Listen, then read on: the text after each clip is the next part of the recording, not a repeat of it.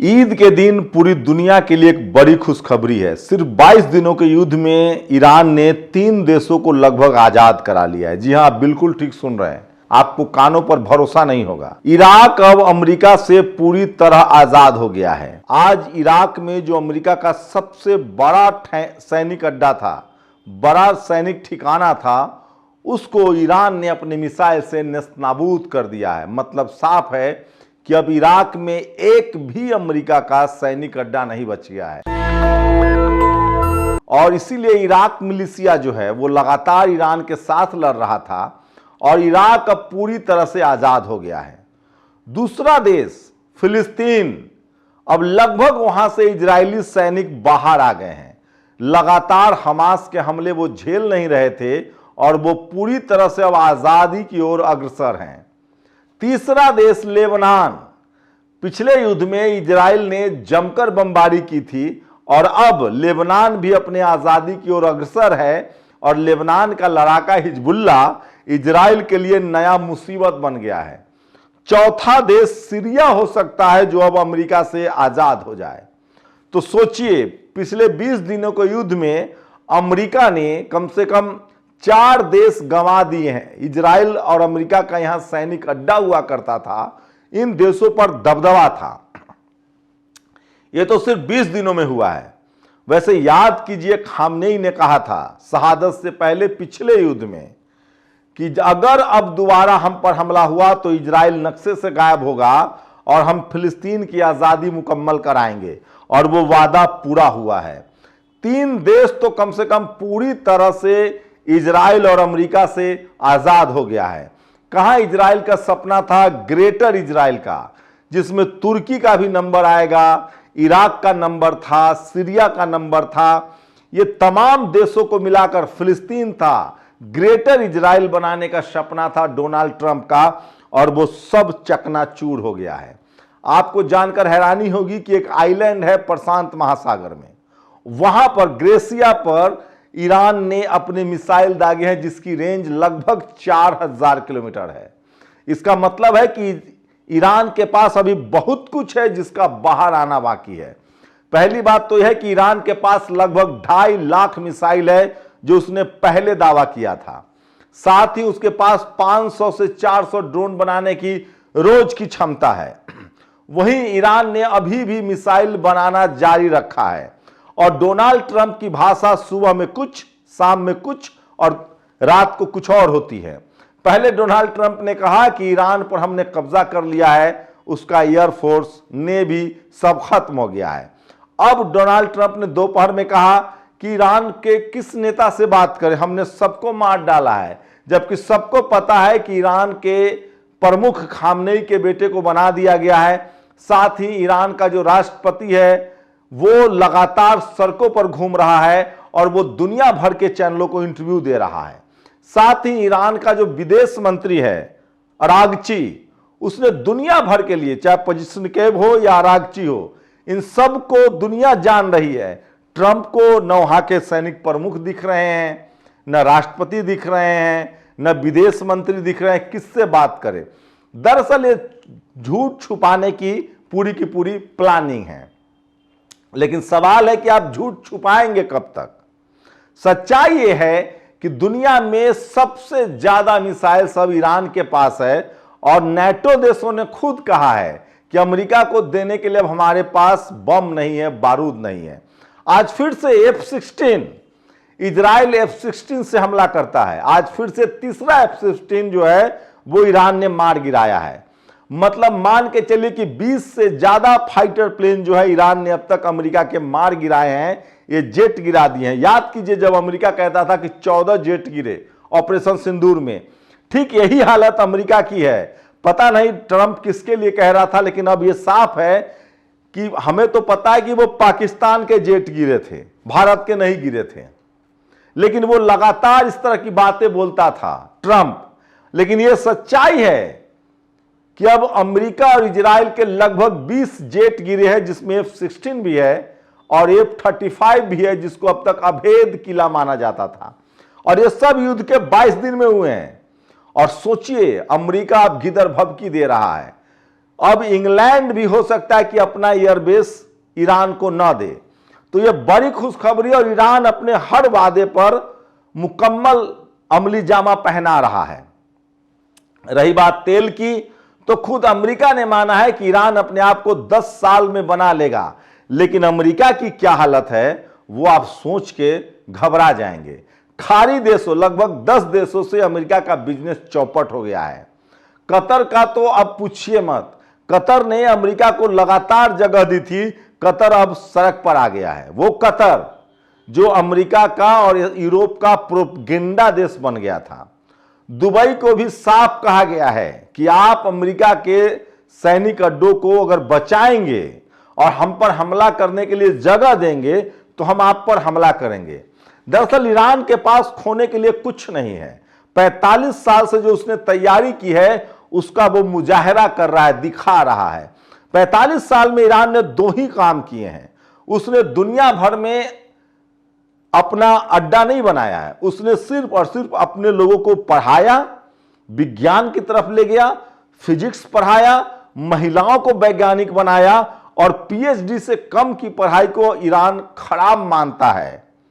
और सोचिए दूसरा काम किया कि उसने इतने मिसाइल तैयार किए हैं, इतने मिसाइल तैयार किए हैं कि दुनिया में किसी देश के पास 2.5 लाख तो बने हुए मिसाइल्स हैं।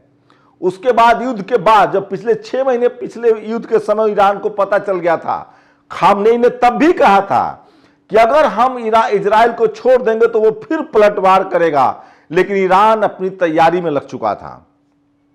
ईरान के मिसाइल्स को नष्ट करना, उसको बर्बाद करना किसी देश के बूते की बात नहीं है, क्योंकि वो अंडरग्राउंड में इतना अंदर नीचे है कि वहां तक कोई बम नहीं पहुंच सकता है। पिछली बार अमेरिका का जो सबसे बड़ा हथियार है स्पिरिट 2 बॉम्बर, जो सबसे बड़ा बम लेके जा सकता है, उससे भी अमेरिका हमला करके देख चुका है, कुछ भी हासिल नहीं हुआ था। और इराक ने अमेरिका की हैसियत नहीं है कि वो अपने पैदल सेना को जमीन पर भेज सके। इराक और ईरान के युद्ध में ईरान ने सबसे लंबा 8 साल तक युद्ध लड़ा था। मैं फिर कह रहा हूं, ईरान की मजबूती का अंदाजा न अमेरिका को था न इजराइल को था, और दोनों घुटने पर हैं।